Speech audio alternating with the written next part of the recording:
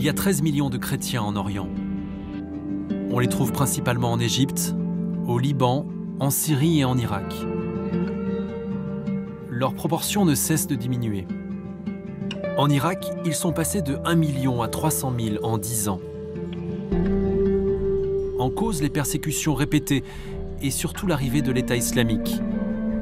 En 2014, ils sont 150 000 à fuir Mossoul, conquise par Daesh. Certains partent en Occident, mais la majorité se retrouve au Kurdistan voisin. Longtemps, ce panneau a suscité la crainte. Il marquait l'entrée d'une ville tenue par le groupe État islamique. Suite à cette conquête, il y a eu cette éradication de plus que 120 000 chrétiens, dont presque la moitié étaient des Syriaques catholiques, surtout de la ville de Karakosh, qui était le centre le plus grand de chrétiens dans cette région qu'on appelle le nord de l'Irak. En quittant Karakosh, les djihadistes ont laissé une ville en ruine que des habitants arpentent et bêtés.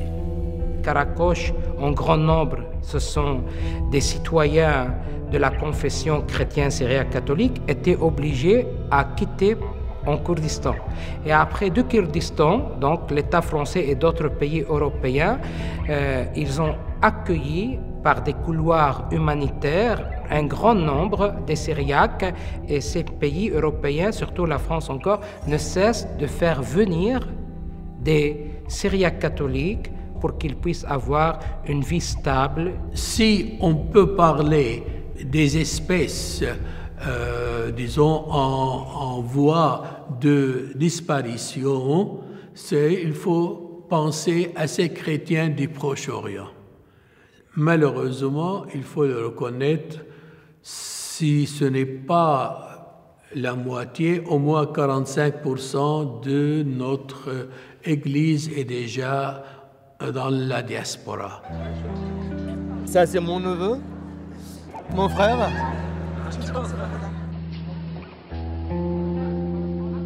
Si on n'arrive pas à les préserver tous dans nos terres natales, au moins on pourra les aider à garder leur identité liturgique, linguistique et des traditions orientales sémitiques, comme d'autres églises orientales. Ce qui fait la force de la communauté, c'est qu'elle est réunie quasiment à peu près dans le même périmètre, dans les mêmes régions. Or là, le problème, les Syriaques qui étaient dans un même village sont dispersés partout dans la France. On ne peut pas donner un nombre exact des personnes et des familles. Mais on peut estimer ces familles à 1200 familles, disons. Il y a donc la communauté de Tours, et j'ai essayé, et grâce à Dieu, on a réussi à ériger une sorte de mission syriaque catholique là-bas pour vraiment entourer ces réfugiés et qu'ils puissent vraiment trouver leur identité et sentir bien.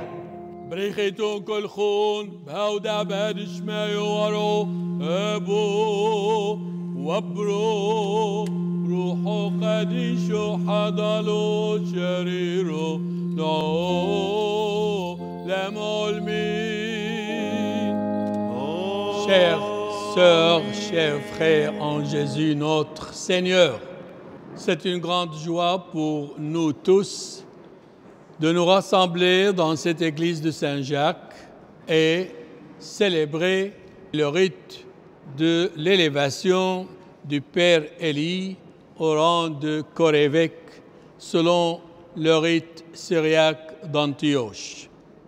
Le Père Élie que vous avez connu, il a été toujours un apôtre pour accueillir, pour aider et pour accompagner. C'est pour cela que le rang de chorévêque n'est pas seulement un titre honorifique, mais c'est une grâce accordée afin qu'il continue son service d'apôtre missionnaire toujours accompagnés dans la vérité et la charité que Jésus lui-même nous a promis.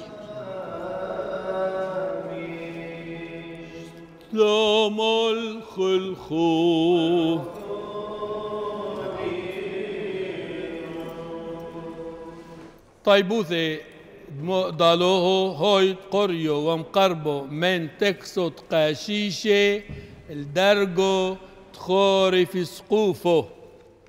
Le fait que je sois ordonné corps-évêque, c'est une question d'organisation, car il faut qu'il y ait quelqu'un qui peut assurer le service et le besoin des prêtres. Donc il faut qu'il y ait quelqu'un qui les couvre comme une maman qui couvre un peu ses enfants.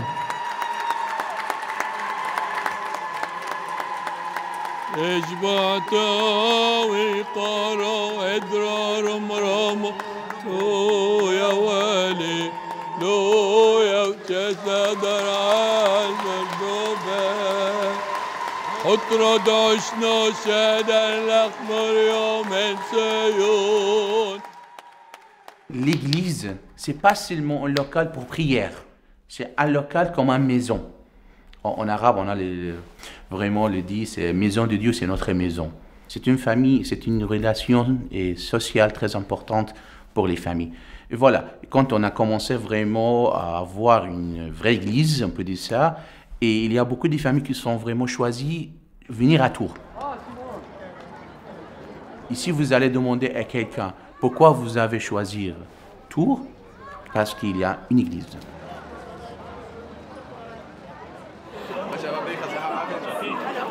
J'ai une famille chaque mois qui arrive à Tours. En France, bien sûr, il y a beaucoup, mais je parle des familles irakiennes qui arrivent à Tours. Une famille par mois, quelquefois deux familles. Aujourd'hui, nous pouvons dire qu'on a 135 familles irakiennes.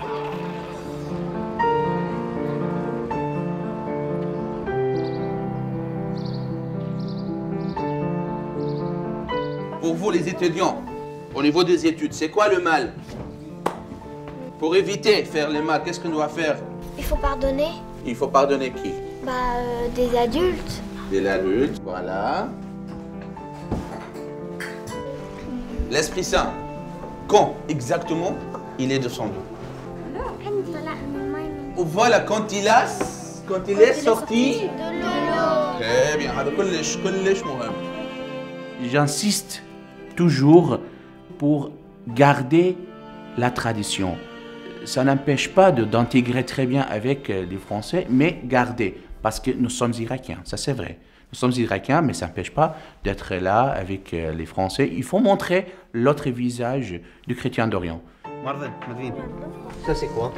Le baptême de Jésus. On s'appelle comment? Alberto. Le fait de Stéphanie. Le baptême de Jésus. Alors, ça c'est qui? J'essaye, pendant le catéchisme, d'expliquer qu'est-ce qui se passe dans la liturgie. Parce que les orientaux, ils ont des calendriers un peu différents. Et c'est pour ça que j'essaye de faire, comme aujourd'hui au catéchisme, j'ai expliqué la fête qui c'était 6 janvier. Pour nous, c'est la fête de baptême de Jésus. Et pour ici en France, c'est l'épiphanie. J'ai essayé d'adapter les deux fêtes pour les enfants. C'est quoi hamama?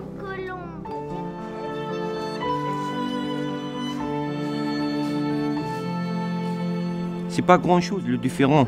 On va aller aux églises françaises, à Santa Berta, et je ramène mes enfants ici tous les samedis pour apprendre la tradition.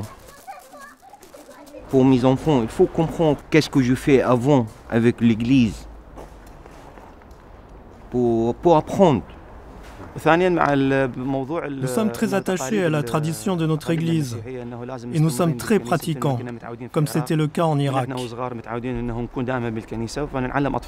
Et nous élevons nos enfants pour garder fidèlement cette tradition. En outre, nos enfants sont inscrits dans le catéchisme de l'Église latine et dans le catéchisme de l'Église syriaque pour apprendre les deux traditions latines et syriaques. ainsi que les deux langues. المجد للآب والابن والروح القدس.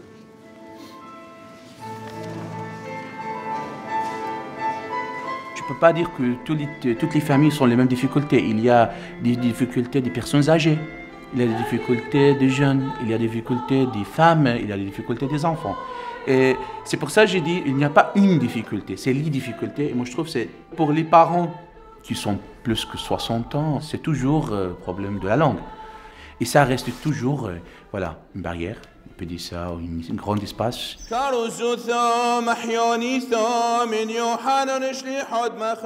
Vous pouvez trouver dans une famille les parents qui parlent avec leurs enfants dans la langue arabe ou aramien, mais les enfants entre eux parlent français. Il y a quelques fois que les parents ne savent pas, ils ne comprennent pas ce qu'ils parlent avec les enfants. Et ça fait beaucoup de peur. Parce que bon, j'entends beaucoup des familles qui disent bah, voilà, mon père, vous regardez, les enfants parlent entre eux français. On ne sait pas ce qu'ils parlent, sur quel sujet. Et quelquefois, moi je connais beaucoup des parents qui prennent leurs enfants pour traduire. Et vous imaginez ici, comme nous sommes une société, là-bas, c'est la vie patriarcale. Et c'est un peu des choses, c'est blesser le père, parce que j'ai dit, voilà, mon père, quand j'étais là-bas, moi j'ai fait tout pour ma famille. Aujourd'hui, pour bouger, pour sortir, pour aller faire des courses, je prends ma petite-fille, mon petit-fils ou ma petite-fille pour juste traduire s'il y a des problèmes, parce que je ne peux pas. Et ça aussi, moi je trouve que c'est un problème, un vrai problème pour les personnes âgées, parce qu'ils n'arrivent pas d'adapter.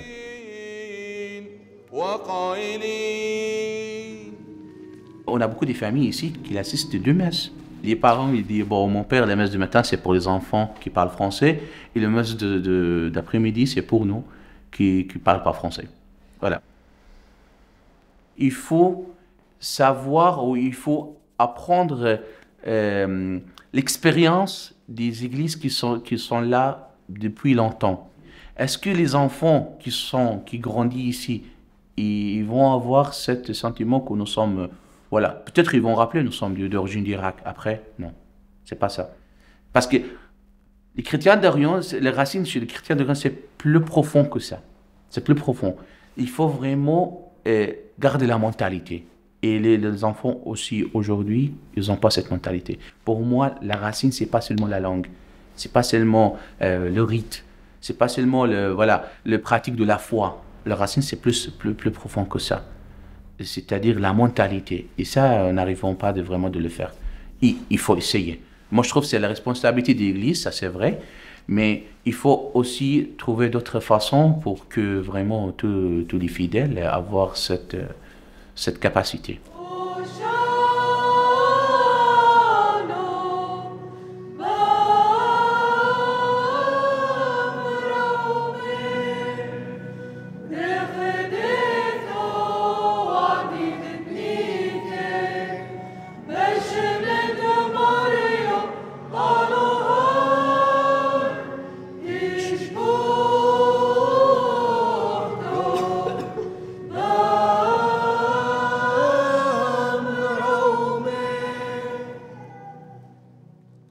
J'étais blessée dans la cathédrale de Sayyidat al-Najat de Syriaque catholique à Bagdad.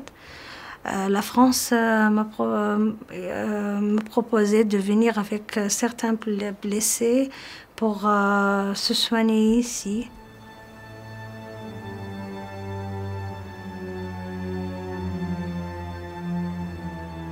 C'était un dimanche comme les autres dimanches. On va à l'église tous les dimanches. Alors j'étais à la messe et on a commencé de prier. Et après j'ai vu il y a des gens qui entrent à l'église avec des armes, avec des bombes dans les mains. Ils disent il faut pas bouger, il faut tuer chaque personne qui veut bouger. Alors c'était le moment où j'ai dit non, c'est pas de l'armée, c'est quelqu'un qui est venu pour nous tuer. Et ils ont commencé de tuer les hommes. Et après tout est éteint, on ne voit rien. J'attends que... j'ai entendu les dames crient, les enfants pleurent, alors je ne sais pas qu'est-ce qui s'est passé. Et après j'ai dit, c'est le temps de dire, je laisse tout dans les mains de Dieu parce que j'ai pensé, c'est la fin. Il y a une fille qui était à côté de moi, elle avait 16 ans. Et quand j'ai reçu la balle, j'ai entendu la dernière respiration. Elle s'appelle Christina. C'est moi qui lui donnais le catéchisme pour la première communion. Alors il m'a dit, je veux être à côté de toi. Alors ça c'est très difficile pour moi.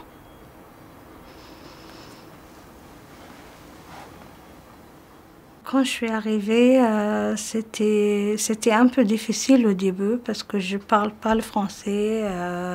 Je n'avais pas de famille ici, j'étais toute seule. Alors, je suis restée à Paris 5 mois, à Créteil. Après, je suis arrivée à Tours. Quand je suis arrivée et j'ai vu comment ça se passe ici, j'ai dit non. Il faut que je reste ici, c'est calme, il y a le respect, alors j'aime bien de rester ici.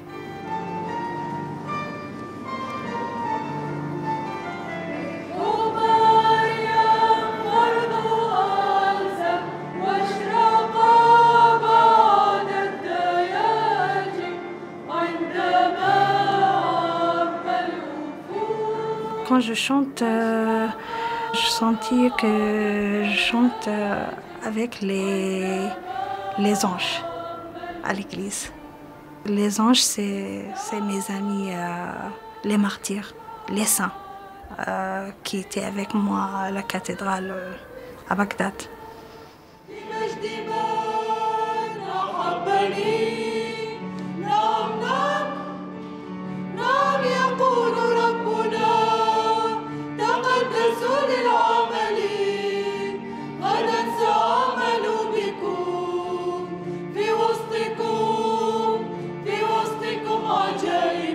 Ce qui me rend heureux aujourd'hui, c'est ma famille à côté de moi.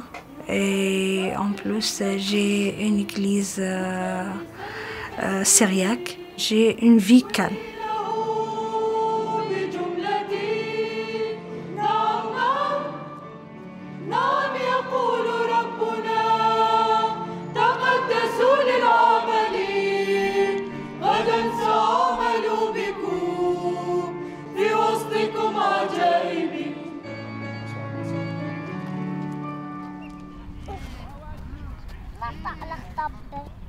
J'habitais à Bagdad, aujourd'hui j'habite en France, j'ai 22 ans et on a quitté l'Irak parce qu'il y a la guerre avec toute ma famille. On a sorti, on a laissé le travail, la maison, tout derrière nous parce qu'il y a la guerre. Simplement, on n'arrive pas à vivre. On sait comment on sort de la maison, on ne sait pas comment mourir, il y a un boom, il y a quelqu'un qui va tirer dessus, on ne sait pas.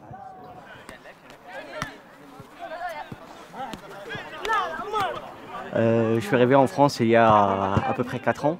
Donc, quand je suis arrivé en France, j'ai commencé d'apprendre la langue française.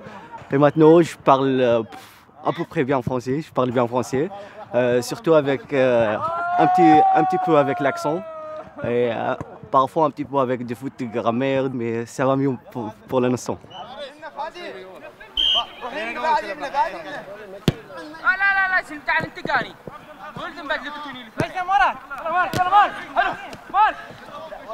Tous les dimanches, on joue les Irakiens du foot. Ça fait une occasion pour rencontrer les Irakiens, pour échanger les expériences, pour rencontrer les gens qui sont habitués d'habiter ici.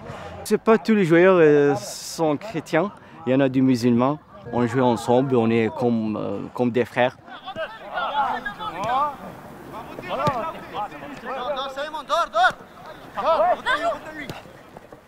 On a des amis, c'est pas des chrétiens. Bon, on le trouve ici. C'est des Irakiens. Il n'y a pas de problème en France. C'est en France, c'est la liberté, la fraternité, on va jouer tous ensemble, il n'y a pas de problème. C'est pas comme les Irakiens. En Irak, c'est différent. Qu'est-ce que ça m'a changé dans ma vie? C'est liberté. On peut vivre, on peut parler, on peut sortir sans avoir peur. J'aimerais bien rester en France et je prends la nationalité française et je me sens pour un Français.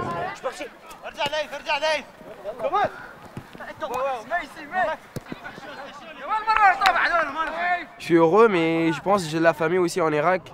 J'aimerais bien les ramener ici. Toujours, on pense à eux, un petit peu. Simplement.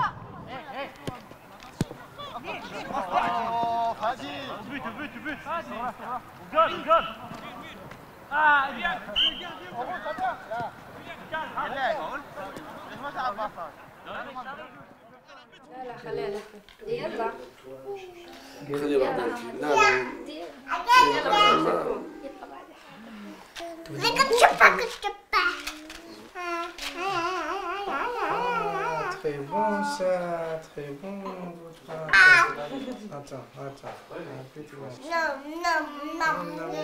Moi, j'étais habitée à Mossoul, dans un quartier islamique. Il y avait des djihadistes. J'avais toujours peur. Dans certains temps, je suis obligée de mettre la voile, de s'habiller des vêtements longs, comme ça. Après, en 2014, le Daesh est entré à Mossoul. J'ai quitté le Mossoul avec ma famille. J'ai rejoint mon fiancé à Erbil et on s'est mariés le 1er août 2014. Oui, j'ai habité jusqu'en 2005 à Mossoul et en 2005 on a déménagé à Qarakouch, plein de Ninive. J'ai resté là-bas jusqu'à l'arrivée de Daesh en 2014.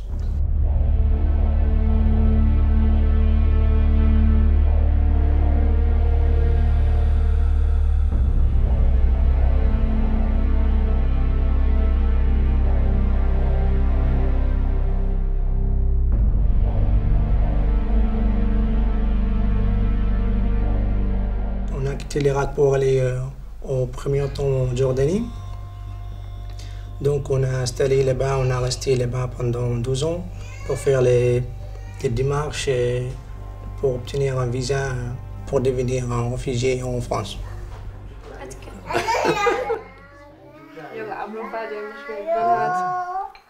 Pour nous, l'objectif c'était de trouver un endroit plus sécurisé pour nous. Alors notre idée c'était d'accepter le premier visa ou le premier pays qui veut nous accueillir. Il y a une famille française qui s'engageait de nous accueillir chez eux. On est resté chez eux 8 mois. Et ils nous aidaient beaucoup pour les démarches. Par exemple, pour trouver une nounou pour notre fille, pour aller à l'école, pour apprendre le français. Je ne vais jamais oublier leur générosité grâce à la famille française qui nous encourage beaucoup. On trouve maintenant on est bien intégré en France. Au long de notre parcours d'intégration en France, il y a des organisations, des associations qui ont nous supporté. Surtout au début, il y avait le restaurant du cœur, il y a l'association Codico, il y a aussi des amis français qui nous donnent des conseils pour bien choisir notre point de vie en France. Ici à Tours, il y a des réfugiés irakiens qui sont arrivés avant nous. Donc on a trouvé quelques amis parmi eux et aussi c'était bien d'avoir paroisse irakienne. On sentait bien de voir des Irakiens qui sont à côté de nous. On rêve rêve d'avoir une maison. On a déjà du travail, donc c'est ça. Aussi, on rêve d'avoir la nationalité française. Moi, je sens ici très bien. J'aime bien le pays de gastronomie. Surtout nous les Irakiens, on aime bien manger.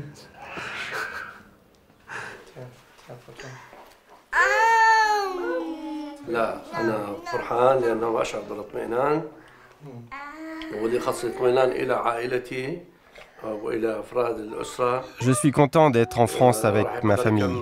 دراسته بطريقة صحيحة وأمينة. Nous avons vécu des moments très difficiles dans notre vie professionnelle, dans notre vie quotidienne. Tout a été difficile et nous étions en danger continuellement. Moi, je suis très heureux d'être en France et on était accueillis à bras ouverts par des amis, surtout la famille de Monsieur Marc, qui nous a pris en charge depuis l'Irak. Le plus important, c'est la sécurité. Et l'État français nous a assuré le soutien moral et matériel.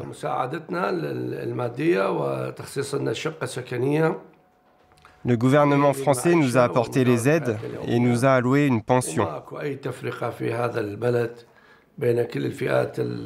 Et dans ce pays, la France, il n'y a pas de discrimination, pas d'inégalité entre les différentes religions.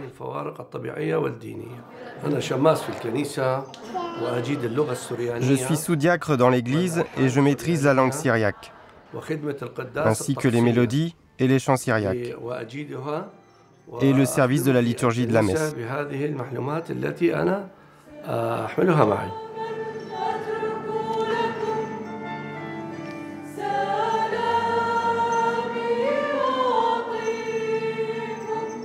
Pour nous, la question d'intégration, nous ne sommes pas contre. Seulement, leur relation avec le bon Dieu, à travers leur identité liturgique, doit aussi être respectée.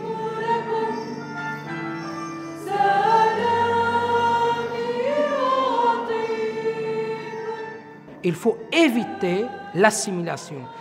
L'intégration, ce n'est pas l'assimilation.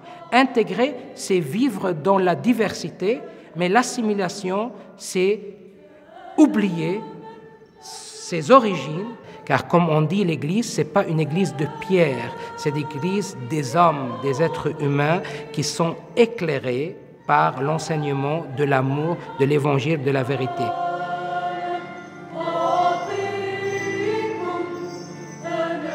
Quand je célèbre avec vous la Sainte Liturgie ou bien les autres sacrements, j'éprouve deux sentiments. Un sentiment de regret que vous nous manquez en Orient, parce que c'est une perte vraie pour les églises syriaques du Proche-Orient.